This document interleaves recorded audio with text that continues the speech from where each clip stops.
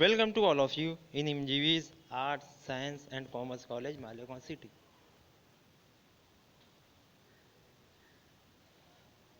आज के लेक्चर में हम इंट्रोडक्शन टू सिलेबस देखेंगे कि हमारे सिलेबस का टॉपिक क्या है, उसमें कौन कौन से सब टॉपिक्स हैं, चैप्टर्स क्या है, उसके बारे में हम देखेंगे। तो सबसे पहले हमारे टॉपिक का नाम है introduction to physical geography, paper first के लिए है।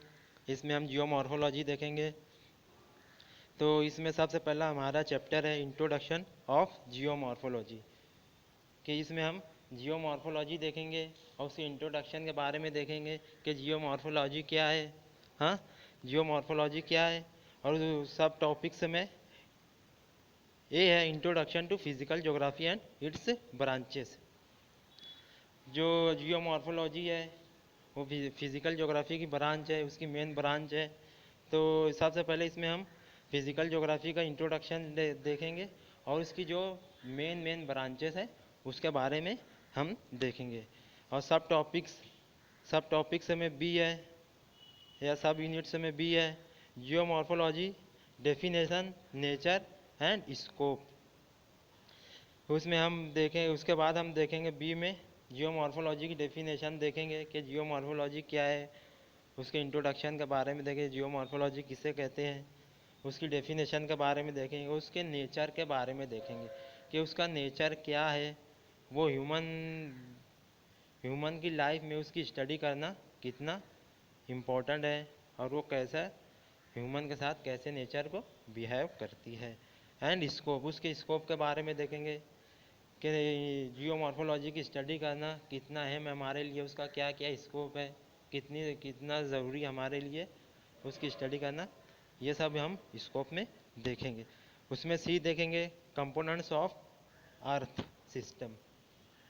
उसके बाद कंपोनेंट्स ऑफ अर्थ सिस्टम देखेंगे कि अर्थ के जो सिस्टम है उसके कंपोनेंट्स क्या क्या हैं, यानी अर्थ का जो सिस्टम चलता है उसका जो रूल बेस्ड यानी उसका सिस्टम है वो किन कंपोनेंट्स की वजह से चलता है। उसमें सबसे पहला आएगा एटमॉस्फेयर आएगा, उसके बाद लिथोस्फेयर आएगा, फिर हाइड्रोस्फेयर आएगा, फिर बायोस्फेयर आएगा। ये अर्थ सिस्टम में हम इन चार कंपोनेंट्स को देखेंगे। उसके बाद डी है geological time scale, means geologically यानी जब से अर्थ का ओरिजिन हुआ है और अभी तक, यानी अलग अलग यानी उसको ईयर्स में डिवाइड किया गया है, यानी जब से अर्थ का ओरिजिन हुआ है उस हिसाब से उसको जियोलॉजिकल टाइम स्केल में उसको डिवाइड किया गया है अभी तक, जब से अर्थ का ओरिजिन हुआ है। उसमें ये है अप्लाइड जियोमॉर्फोलॉजी।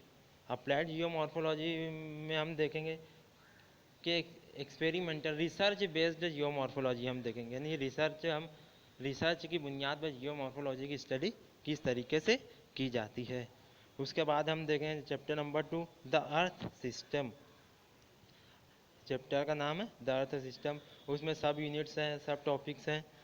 ये है उसमें interior of the earth based on seismic evidences. इसमें हम अर्थ के इंटीरियर के बारे में देखेंगे कि इंटीरियर ऑफ द अर्थ में क्या क्या है, यानी ज़मीन के अंदर क्या क्या कौन कौन सी लेयर्स हैं, उसमें ज़मीन के अंदर क्या क्या मौजूद है, based on seismic evidences.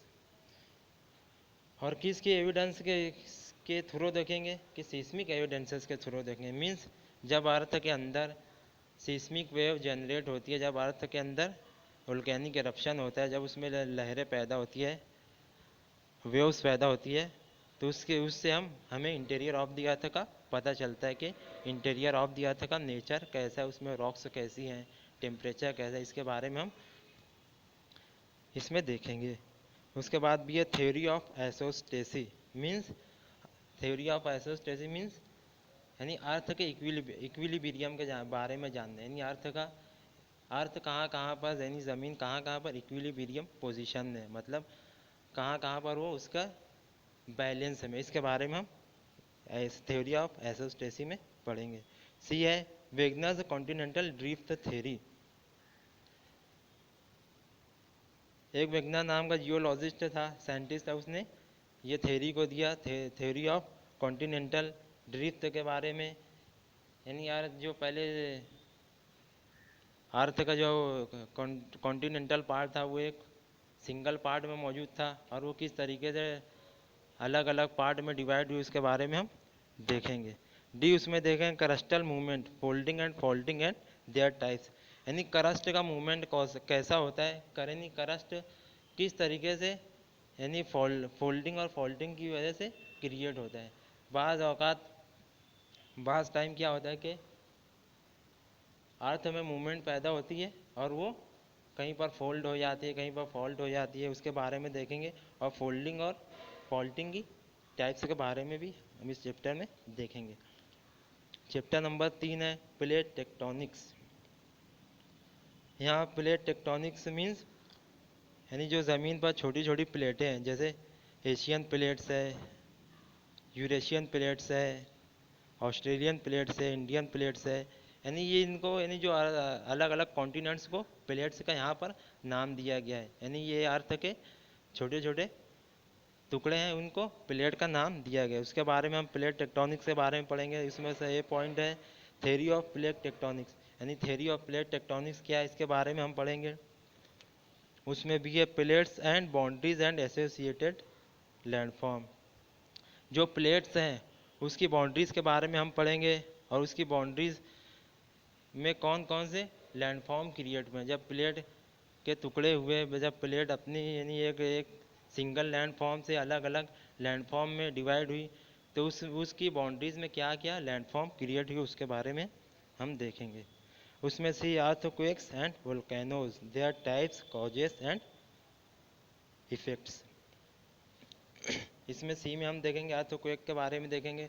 Earthquake कैसे ओरिजिन होता है, कैसे होता है और उसके क्या क्या इफेक्ट्स हैं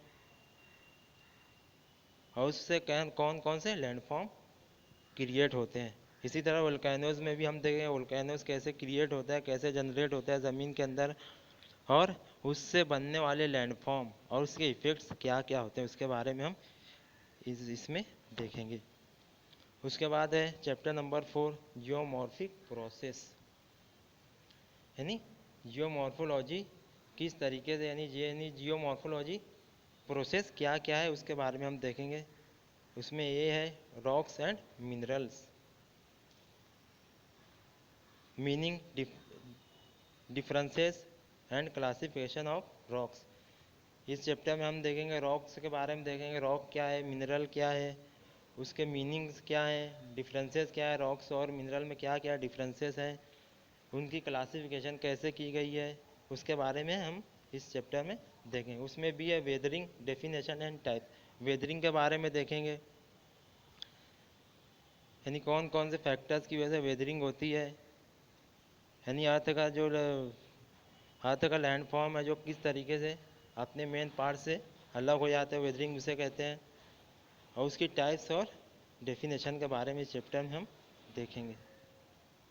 सी है मास मूवमेंट, यानी जो अर्थ का जो मास है उसकी मूवमेंट कैसे होती है, यानी बड़े बड़े जो अर्थ के पार्ट्स हैं एक दूसरे से कैसे अलग होते हैं। मीनिंग एंड टाइप्स, इसकी भी टाइप्स, मास मूवमेंट की टाइप देखेंगे, मीनिंग देखेंगे इसमें।